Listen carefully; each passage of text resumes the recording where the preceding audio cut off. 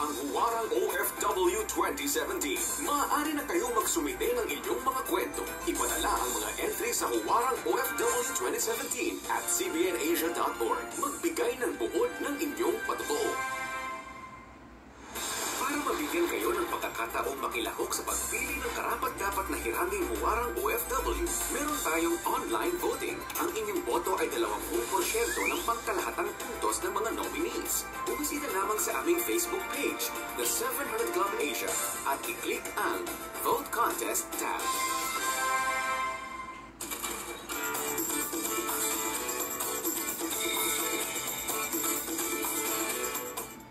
Mula pagkabata, batid na ni Sheila ang kahalagahan ng edukasyon. Kaya kahit madalas ay kinakapos, nagpatuloy si Sheila sa pag-aaral. So naranasan ko yung everyday, 150 pesos minimum na kailangan na baon ko, pamasahe tsaka yung pagkain. Araw-araw yun, uutangin yun. Biyuda na ang kanyang ina. Sa maliit na sinasahod nito sa pagtuturo sa elementarya, iginapang niya ang 5 anak sa pag-aaral. Si nanay kasi, 14 silang magkakapatid. Siya lang yung nakapag-aral. Kaya naman, gusto niya rin kaming makapagtapos. So yun lang, mag-aaral ka lang, wala kang ibang gagawin, hindi ka maghuhugas ng plato. Ang pagsasakripisyo ng ina ang nagsilbing inspirasyon niya upang lalong paghusayan ng pag-aaral hanggang sa makatapos siya sa kursong accountancy.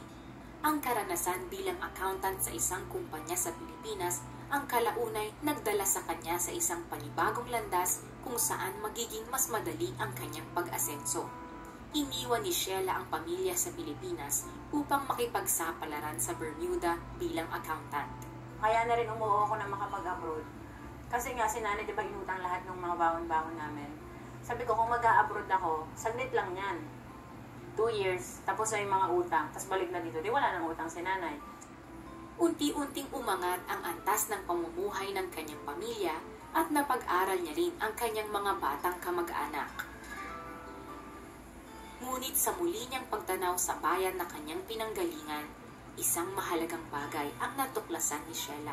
Bakasyon ko noon dito sa Philippines. Yaya ko ng mga bata, Ate Sheila, dito ako pala. So yung takbo ng sharing, gano'n. Yung isa, namatay yung lola hanggang sa nagkasakit. Hindi na napagamot kasi nga wala naman silang pera hanggang sa namatay na. Tapos yung isa gusto niyang mag-aral, hindi naman siya makapag-aral. Tapos yung isa, dami nila magkakapatid. Nung gabi na yun, iyak lang ako ng iyak. Naririnig ko yun, kasi iyak lang ako ng iyak. Sabi ko, Nay, babalik ako sa Bermuda. May kailangan tayong gawin. May mission tayo. So sila ngayon yung nagbibigay sa akin ng lakas na kapag kahit nahihirapan ako, sila yung naging inspirasyon ko. Sila yung naging motivation ko, kaya ako nasa ibang bansa. Di nagtagal, nagsara ang kumpanyang pinasukan niya sa Bermuda kaya't lumipat siya sa Amerika. Nagsumikap siya upang matulungan ang mahihirap na bata sa kanilang komunidad. Sinuportahan niya ang kanilang pag-aaral sa pagbibigay ng kanilang monthly allowance at pangmatrikula. Hindi nagtagal ay naengganyo na rin niya ang kanyang pamilya na mag-ambag ng suporta sa gawaing ito hanggang sa mabuo ang samahang tinawag nilang Share a Secret, Spread Success. Yung secret na kapag nagbabahagi ka, ang totoo, hindi ka nawawalan. Kapag bukas yung palad mo, nagiging daanan lang siya. Pumapasok yung blessings, lalabas yung blessings. Pero kung maramot tayo, hindi rin makakapasok yung blessings. Dahil sa magandang resulta ng pagtatanim nila para sa kinabukasan ng mga bata, nanganak pa ito ng ibang programa. Doon na nagsimula, nagkaroon na kami ng Scholarship Foundation. Ang kailangan pala ng mga bata, hindi pera. Ang kailangan nila, inspirasyon. So dyan pumasok yung sumunod namin na program, Itaas Kaalaman. Gusto namin silang i-inspire yung mga bata na kaya nyong magsikap, kaya nyong maiba yung takbo ng buhay nyo. Yung pangalawa naman, hindi mo lang yan tataniman kapag college na sila, kapag high school na sila. Taniman mo yan, bata pa lang. Ginamit namin ngayon yung feeding. Tapos yung isa pang program namin, yung Proud Akong Lumaki sa Capri. Ito, community namin, pinaparangalan namin lahat ng mga nakakapagtapos sa pag-aaral. Maraming bata na ang kanilang natulungan. Ang 30 sa kanila ay pawang nakapagtapos na sa pag-aaral. Masaya talaga, masaya. Kapag nagdadasal nga ako, Lord, thank you po. Manager lang tayo ni Lord eh. Sa Kanya lang nanggagaling lahat yan eh.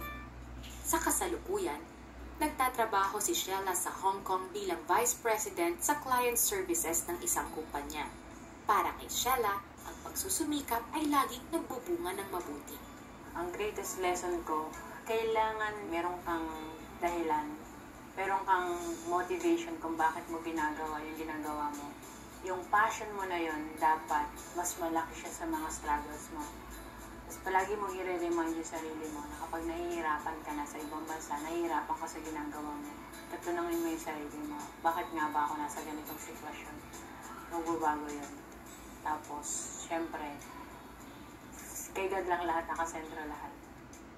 Wow, nakakabilib naman yan, ano, Peter? Imagine, para na rin siyang eskwelahan mismo. Yes. Siya mismo, for sending all of these children to school. Amazing. She embraced what she learned from her mother. Yes. And that value of hope that is in education, Yes. she wanted that for her whole neighborhood. Kasi alam niya, if I empower them with education, magkakaroon Yes. sila ng hope. Tsaka gusto ko yung attitude ng nanay niya tsaka pati siya. Oo. At all means, mag-aaral ka. No matter what. No matter what, mag-aaral ka, magtatapos ka. And ngayon, pinagpapatuloy niya yan, yung naganap sa kanya, sa kanyang mga kapatid, sa pamilya niya, at sa mga ibang bata pa. Dahil pinapahalaga ni Sheila ang value ng edukasyon. Sana sa ating mga manonood, huwag niyong aaksayahin ang mga oportunidad. Meron kayo na makapag-aral. Dahil marami talagang nangangailangan na makapag-aral at kagaya ni Sheila na unawaan niya ito at tinitiyak niya na mas marami pa na tatanggap ng mga karunungang available sa pag-aaral. Kaya mga estudyante mag-aaral ng mabuti. Oh, don't throw that away. You know, sometimes God allows us to go through difficult situations to strengthen our character and to accomplish through us His will. It is God's will to provide those children with education to break the cycle of poverty in their lives. And He is accomplishing that through Sheila. Thank you, Sheila.